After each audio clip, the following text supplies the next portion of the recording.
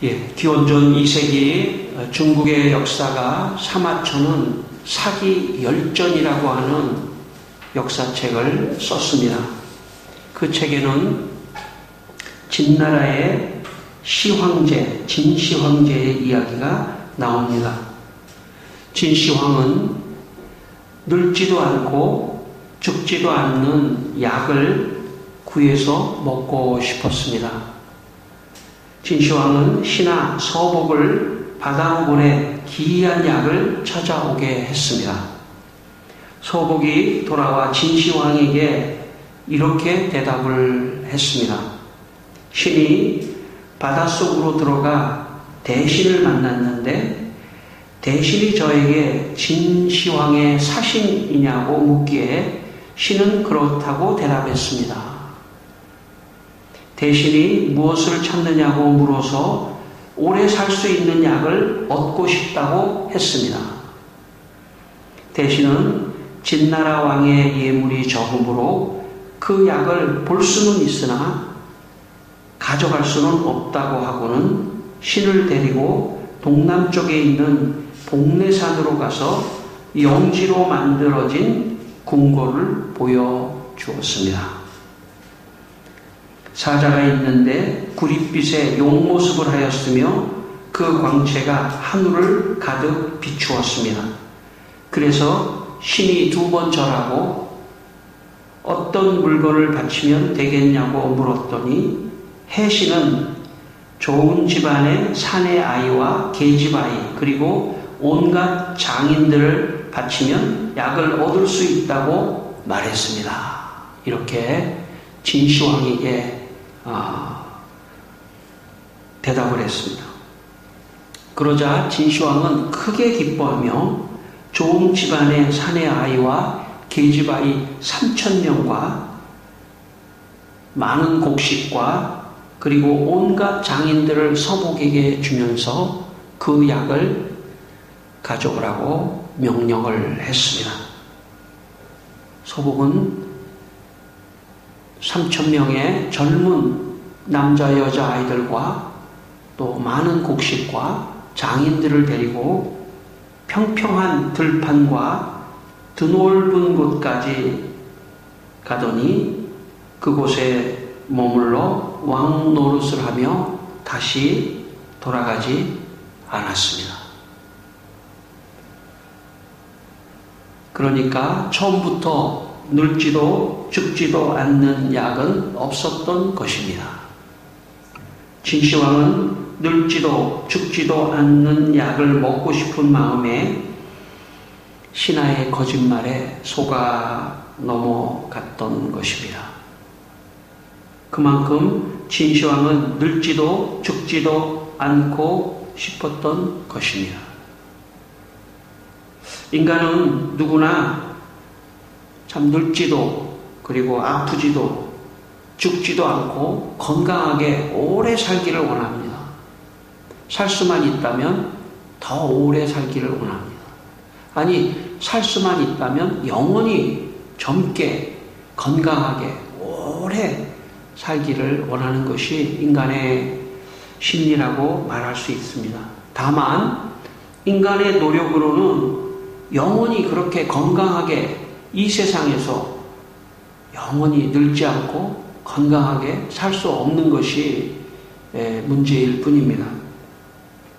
이것이 인간의 한계입니다.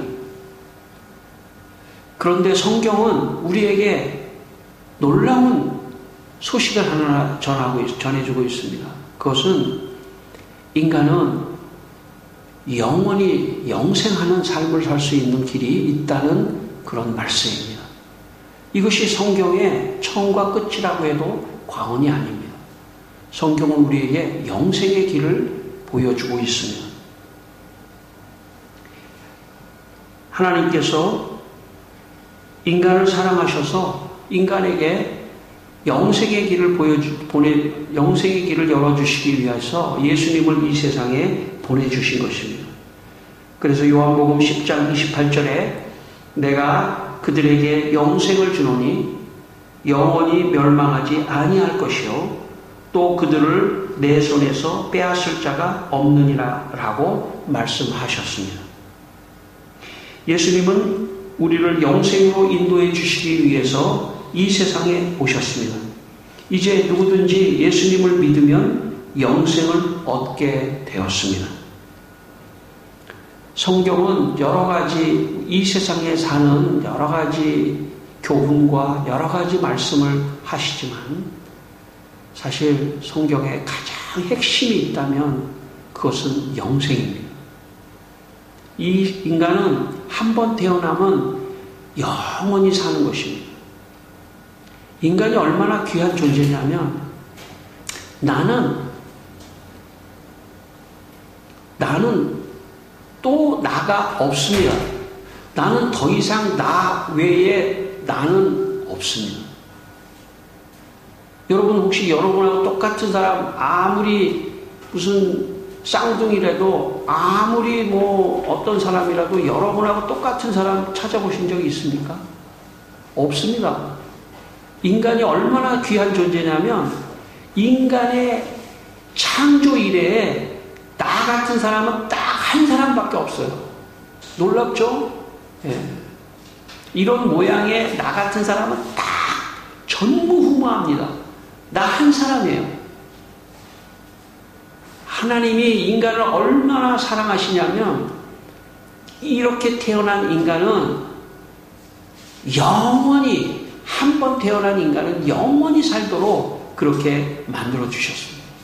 다만 우리가 헌옷을 입으면 헌옷을 나중에 갈아입듯이 이 육신이 이 세상에서 다 되면 새로운 몸을 입고 영원히 사는 그런 존재가 인간입니다. 영생을 얻어야 됩니다.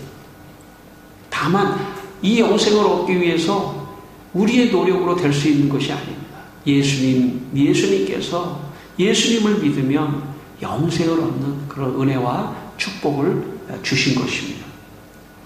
오늘 본문 16절 말씀 읽었지만 다시 한번 우리가 생각하면서 읽겠습니다. 하나님이 세상을 이처럼 사랑하사 독생자를 주셨으니 이는 그를 믿는 자마다 멸망하지 않고 영생을 얻게 하려 하십니다.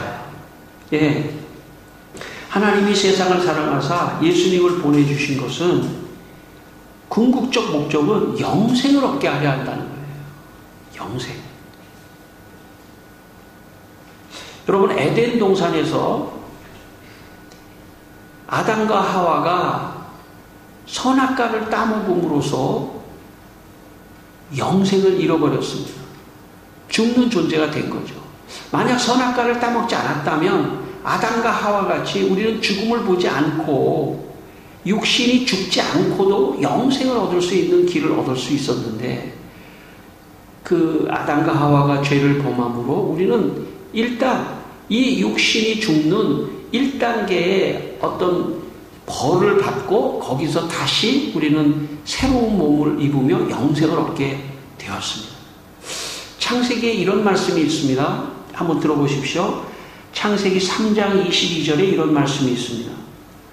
선악과를 따먹은 아담과 하와에게 하나님께서 말씀하시기를 그가 그의 손을 들어 생명나무 열매도 따먹고 영생할까 하노라 하시고 그룹들과 두루 도는 불칼을 두어 생명나무의 길을 지키게 하시니라.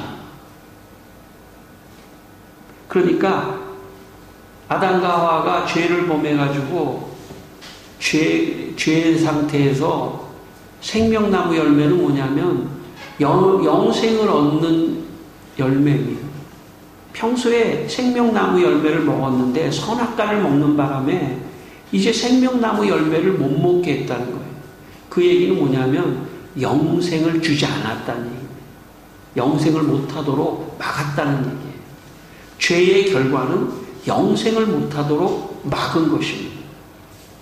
그런데 예수님이 이 세상에 오셨다는 것은 그 영생할 수 있는 길을 다시 찾아주고 열어줬다는 뜻입니다. 그러니까 영생을 아담과 하와가 잃어버렸다면 예수님을 통해서 우리는 다시 영생을 찾을 찾을 수 있게 되었다는 것입니다. 이것이 복음입니다. 이것이 성경 전체의 가장 핵심적 메시지입니다. 여러분, 성경을 한 문장으로 제가 요약한다면 에덴 동산에서 잃어버린 영생을 예수님을 통해 다시 찾은 이야기, 이것이 성경이라고 할 수 있습니다. 제가 어려서 놀던 놀이 중에 다방구라고 하는 놀이가 있었습니다. 모르겠어요. 이 다방구라는 게 아마 일본 말일지도 모릅니다. 여러분도 아시겠지만 순례가 있고 이제 순례 아닌 사람들이 있습니다. 순례는 몇 명이 순례 아닌 사람들이 막 돌아다니면 막 뛰어가서 말이죠. 그 사람을 탁 터치를 하면 이제 잡힌 겁니다. 그러면 어떤 기둥이나 무슨 전봇대 같은 데 이렇게 쭉 늘어서 가지고 다 손을 잡고 말이죠. 안 죽은 사람, 안 친 사람이 이제 막 와가지고 탁 손을 터치를 하면서 다 방구하면은 다 풀려나는 겁니다. 우리 동네에 지금 내가 아주 오래 제가 초등학교 다닐 때인데 아주 달리기를 잘하고 아주 날쌘 형이 하나 있었어요. 지금 내 이름도 안 잊어버려요. 세종이 형이라는 이름이 이 형이 있었는데 제일 극적인 순간은 어떤 순간이냐면 다 순례한테 잡힌 거예요. 다 잡혀가지고 손을 다 이렇게 잡아요. 길게 늘어서 있습니다. 그러면 저 끝에서 말이죠. 이 세종이 형이 싹 막 달려와요. 그러면은 순례에 가서 막 치려고 하면 싹 옆으로 막 피해가지고 그걸 막 해치고 해서 마지막에 그냥 다방구 하면 그냥 그 많던 애들이 이렇게 잡혀가지고 있다가 딱 해방을 받는 풀려나는 그런 놀이를 한 적이 있습니다. 제가 생각해 보니까 인간도 사실 순례 마귀에게 아담과 하와가 잡히고 그 후손들이 잡히고 많은 사람들이 다 잡혀서 마귀의 기둥에 다 묶여서 있었는데 마치 예수님께서 오셔서 다방구하시면서 다른 사람들을 다 풀어주시듯이 그렇게 예수님이 오셔서 우리를 죄로부터 풀어주시고 영생을 얻을 수 있는 길을 마련해 주셨다고 할 수도 있습니다.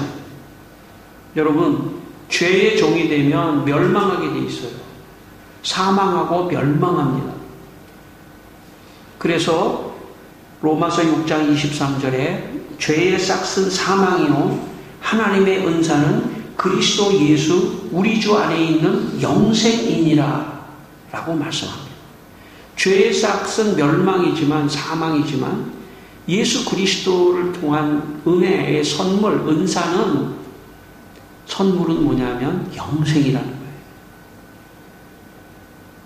오늘 이 영생의 축복이 여러분에게 있기를 바랍니다. 여러분이 영생을 믿게 되시기를 바라고 예수님 주시는 이 영생을 가슴에 안고 영원히 사는 그 축복을 누리기를 바랍니다. 오늘 여기에 영생이라고 하는 단어는 단순히 시간적으로만 영원히 산다라고 하는 의미도 있지만 상을 받는다는 의미가 있어요. 상. 여러분, 마태복음 25장 46절에 이런 말씀이 있습니다.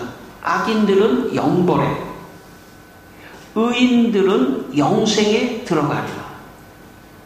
그러니까 악인이라고 하는 건 뭐냐면 마귀에게 붙들린 사람들, 원죄를 해결하지 못한 사람들, 하나님을 믿지 않고 죄 가운데 있는 사람들은 훗날에 영벌에 들어간다는 거예요.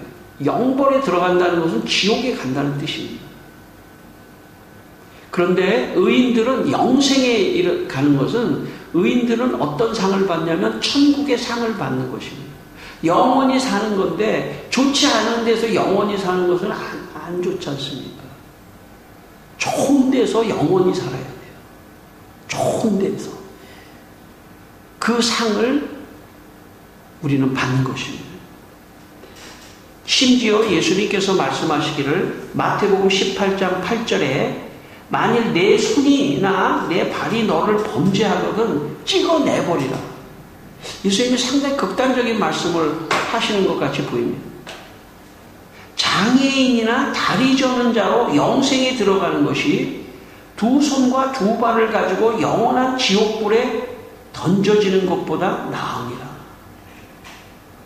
마가복음 9장 45절에도 이런 말씀이 있습니다. 예수님께서 만일 내 발이 너를 범죄하게 하거든 찍어버리라. 다리 저는 자로 영생에 들어가는 것이 두 발을 가지고 지옥에 던져지는 것보다 나으니라. 예.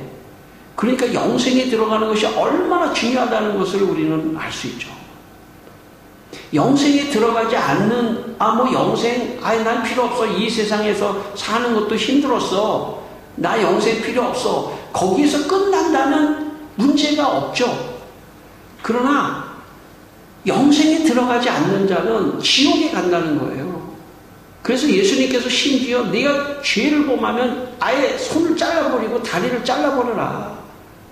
예수님이 그런 극단적인 예화를 쓸 정도로 반드시 영생에 들어가야 한다는 것을 의미하는 것입니다. 종교개혁자 잔 칼뱅은 기독교 강요에서 믿음에 대해서 이런 말을 했습니다. 하나님은 우리를 다시 부르셔서 그리스도를 믿는 믿음에 이르도록 하신다. 우리는 우리에게 멀어지셨던 우리의 창조자요 조성자이신 하나님께로 되돌아가기를 갈망한다면 십자가에 대한 설교가 사람의 천품에는 거리낀다고 하더라도 그 설교를 겸손하게 받아들여 하나님이 다시금 우리 아버지가 되시도록 해야 한다. 그러니까 칼뱅은 하나님께서 우리를 불러서 그리스도를 믿는 믿음을 가지게 하고 그리고 그 믿음을 가지고 하나님께로 가서 하나님을 아버지라 부르게 하셨다는 거예요. 오늘 본문에 하나님이 세상을 이처럼 사랑하사 독생자를 주셨는데 영생을 얻을 수 있는 길이 딱 하나가 있는데 뭐냐면 예수님을 믿는 자는 멸망치 않고 영생을 얻는다는 거예요. 그러니까 예수를 믿어야만이 영생을 얻는다는 뜻입니다. 여러분, 아담이 저지른 원죄를 해결해야만이 영생에 들어가는 거거든요. 그래서 지금 아담이 왜 생명나무 열매를 먹으려고 할 때 영생할까봐 그 길을 막았다고 하지 않습니까? 그러니까 아담 안에 있는 아담의 후손에게 있는 그 원죄를 해결해야만이 영생에 들어가는데 그 원죄를 어떻게 해결했느냐? 예수님이 이 세상에 오셔서 십자가 위에서 우리 죄를 위하여 피 흘려 죽으심으로 그 원죄를 해결해 주셨어요. 그 원죄를 해결해 주신 것을 내가 믿어야 합니다. 여러분, 믿는 것은 사실은 우리의 노력이 아닙니다. 사실 하나님이 은혜를 주셔야 믿을 수 있는 거거든요. 어쨌든 간에 믿어야만이 그 원죄가 해결이 되고 영생을 얻게 되는 것입니다. 그래서 믿어야만이, 예수를 믿어야만이 영생을 얻을 수 있는 것입니다. 세상 모든 사람을 위해서 예수님이 십자가를 지시고 피 흘려 주셔서 조건을 만들어 주셨지만 결국은 인간은 로봇가 아니기 때문에 자기의 판단과 자기의 결단이 있어야 합니다. 내가 믿겠다라고 하는 자유의지를 존중하는 것입니다. 내가 믿을 때만이 구원이 있는 것입니다. 내가 믿고 예수를 믿을 때만이 구원의 역사가 있는 것입니다. 요한복음 3장 15절에 이런 말씀이 있습니다. 예수를 믿는 자마다 영생을 얻게 하려 하십니다. 믿는 자마다. 요한복음 3장 36절 아들을 믿는 자에게는 영생이 있고 아들에게 순종하지 아니하는 자는 영생을 보지 못하고 도리어 하나님의 진노가 그 위에 머물러 있느니라. 요한복음 6장 40절에도 내 아버지의 뜻은 아들을 보고 믿는 자마다 영생을 얻는 이것이니 마지막 날에 내가 이를 다시 살리리라 하시니라. 예수님을 믿는 자만이 영생을 얻게 되어 있습니다. 여러분, 이 시간 여러분의 마음속에 예수님을 믿습니다 하는 믿음을 갖게 되시기를 바랍니다. 믿고 있지만 믿습니다. 믿는 자만이 영생이 있기 때문입니다. 믿지 않는 자는 영생이 없습니다. 이 세상은 정말 아슬아슬한 순간이에요. 이 세상은 정말 아슬아슬한 순간입니다. 믿는 자만이 영생이 있어요. 억지로 믿게 할 수도 없더라고요. 기도를 할 수 있지만 믿게 할 수 없어요. 어쨌든 믿는 자만이 영생을 얻는다는 차원에서 우리가 여기 있다는 것은 하나님의 축복이라고 여러분 믿게 되기를 바랍니다. 여기에 있다는 것은 축복입니다. 믿고 있다는 것 그 자체가 축복입니다.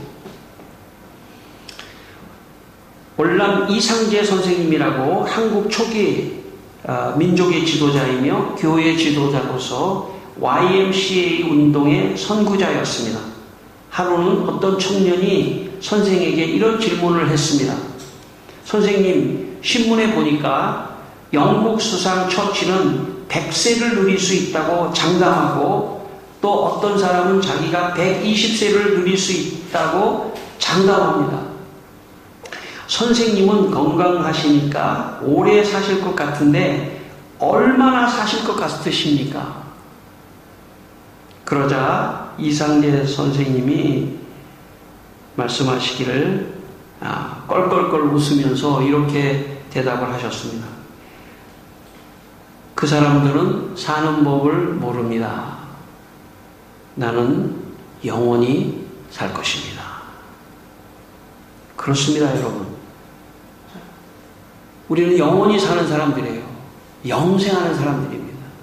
예수를 믿었기 때문에 우리는 좋은 데에서 영생하는 것입니다. 요한복음 11장 25절로 26절에 예수께서 이르시되 나는 부활이요 생명이니 나를 믿는 자는 죽어도 살겠고 무릇 살아서 나를 믿는 자는 영원히 죽지 아니하리라. 그러니까 우리가 예수를 믿으면 영원히 죽지 않는 영생을 얻게 된다는 것입니다. 저는 제가 좋아하는 옷이 하나가 있습니다. 그거는 우리 큰아이가 중학교 때 우리 노회에서 이제 그 학생들 모아가지고 노회에서 이렇게 외국에 여행을 한번 탐방을 보내줬는데 외국에서 중학생인데 기특하게도 제 위에 티셔츠 하나를 사왔어요.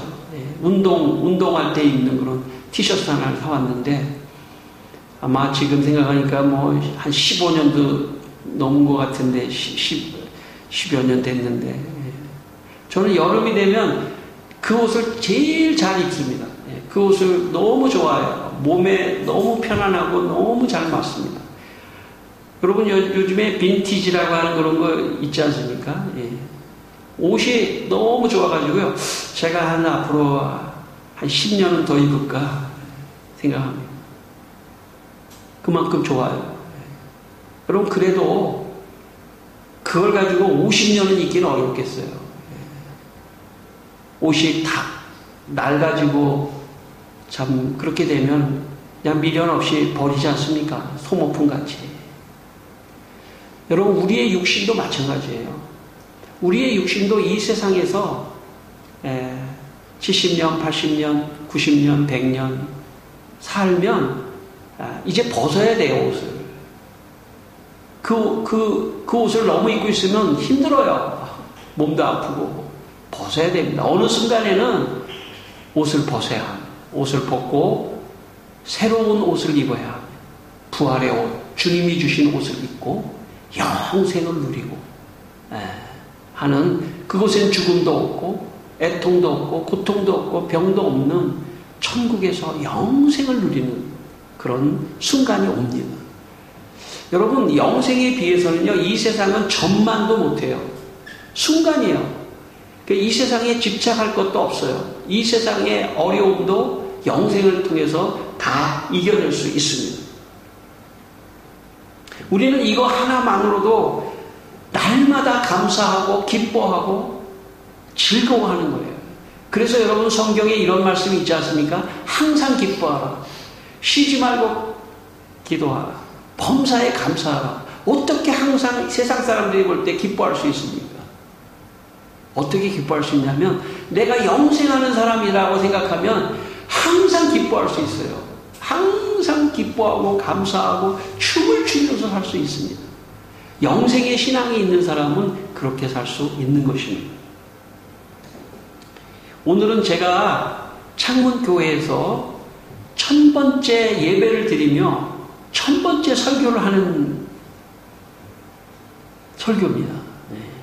제가 우리 홈페이지에 이 설교 원고를 쭉 띄워놓기 때문에 지난주 보니까 999번째 설교를 했더라고요. 지난주에. 오늘 지금 이 설교가 1000번째 설교입니다. 그런데 제가 한 주 내내 1000번째 설교를 무엇을 해야 됩니까? 라고 제가 기도를 했습니다. 1000번째 설교. 마치 솔로몬이 1000번제를 드리듯이 1000번제의 예배이고 어떻게 보면 1000번제의 설교인데 어떤 설교를 했으면 좋겠습니까? 기도를 하는데 전화 한 통이 저한테 왔어요. 제 신학교 동기 목사님인데 저보다 형님이라서 신학교 동기 형님이 전화가 왔는데 그 형님이 저한테 뭐라고 말씀하시냐면 자기가 몇 년 전부터 마태, 마가, 누가, 요한복음 있잖아요. 이 복음서를 하루에 1독씩 매일 했다는 거예요. 하루에 그러니까 마태, 마가, 누가, 요한복음을 다 읽은 거죠. 이렇게 오늘이 1700독까지 했다는 거예요. 1700독. 1700독을 했는데 예수님을 생각하면서 복음서를 1700독을 읽었는데 오늘 1700독을 읽는 오늘 예수님의 마음이 다 보이더래요. 예수님의 마음 중심으로 들어갔더니 그 예수님의 마음에 글자가 써 있는데 영생이라고 써 있더라는 거예요. 뭐 그 형님이 그렇게 이제 성경을 읽고 그렇게 이제 느낀 거죠. 예수님의 마음 중심에 들어갔더니 예수님이 무슨 말씀을 하시고 싶은지를 들여다봤더니 영생을 말씀하시고 싶어 하시더라는 거예요. 제가 그 이야기를 다 듣는 순간에 이거구나. 1000번째 설교는 이거구나. 영생을 해야 되겠다 하는 마음이 제 안에 들어왔습니다. 저는 설교 준비 영생을 하면서 춤을 추면서 감사하면서 기뻐하면서 원고 조금 쓰고 이 교회에 나와가지고요 막 다윗이 춤을 추듯이 영생이구나. 영생이구나. 다원 영생이구나. 영생이구나 하면서 저는 춤을 췄습니다. 춤이 나오더라고요. 제 마음에. 할렐루야 할렐루야. 여러분 시편에 보면 춤추며 찬양하며 이렇게 나오지 않습니까? 여러분 춤을 춘다고 하는 것은 그냥 흥겨워서가 아니라 뭔가 본질적인 것들이 해결될 때 진짜 하나님을 향하여 춤이 나오고 하나님을 찬양하는 것이 나오는 것입니다. 인생의 핵심은 뭐냐면 영생입니다. 영생. 여러분 성경 66권 중에 가장 중요한 한 구절을 뽑으라고 하면 요한복음 3장 16절입니다. 성경 창세기부터 계시록 66권을 한 구절로 요약한다면 요한복음 3장 16절이에요. 하나님이 세상을 이처럼 사랑하사 독생자를 주셨으니 누구든지 믿는 자마다 멸망치 않고 영생을 얻게 하려 하십니다. 근데 요한복음 3장 16절을 다시 핵심이 뭐냐고 말한다면 영생이에요. 그러니까 성경 전체의 핵심도 영생이고 우리 신앙생활의 핵심도 영생이에요. 만약 이 세상을 살면서 예수님을 믿고 영생을 얻지 못한다면 이 세상의 모든 것을 얻어도 아무 의미가 없습니다. 왜냐하면 그 사람은 지옥에 갈 거기 때문에 아무 의미가 없어요. 반대로요, 이 세상에서 아무것도 이루지 못하고 아무것도 없다 하더라도 그 사람이 예수를 믿고 영생을 얻는다면 모든 것을 얻는 것입니다.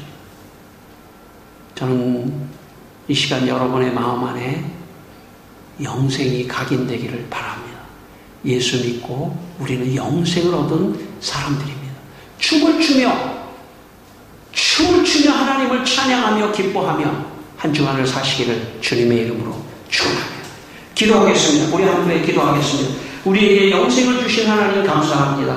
할렐루야. 영생의 축복을 주신 하나님 감사합니다. 우리 모두에게 아버지 하나님, 영생의 아버지 하나님 은혜가 넘치게 하여 주시고, 오 주님이시여, 영생의 아버지 하나님 은혜와 축복이 우리 성도들의 마음속에 각인되게 하여 주셔서 아버지 하나님 영생을 위하여 살아가게 하시고, 영생 때문에 기뻐하게 하시고, 영생 때문에 세상의 모든 어려움도 다 이겨나가는 우리 성도가 다 될 수 있도록 주여 영생의 은혜와 축복을 더하여 주시옵소서. 아버지 하나님 천국교회 참 충분의 예배를 드리게 하시고 충분의 설교를 하게 하신 것을 감사합니다. 앞으로도 하나님께서 지켜주셔서 주님 이 영생을 증거하며 복음을 증거하는 예배와 설교가 되게 하여 주시옵소서.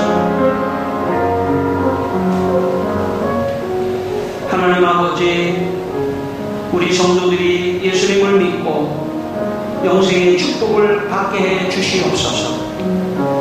영생의 믿음으로 세상을 이기게 하시고 날마다 기뻐하며 감사 찬양하며 기뻐하며 춤추며 살아가게 하여 주시옵소서. 예수님의 이름으로 기도드리옵나이다. 아멘.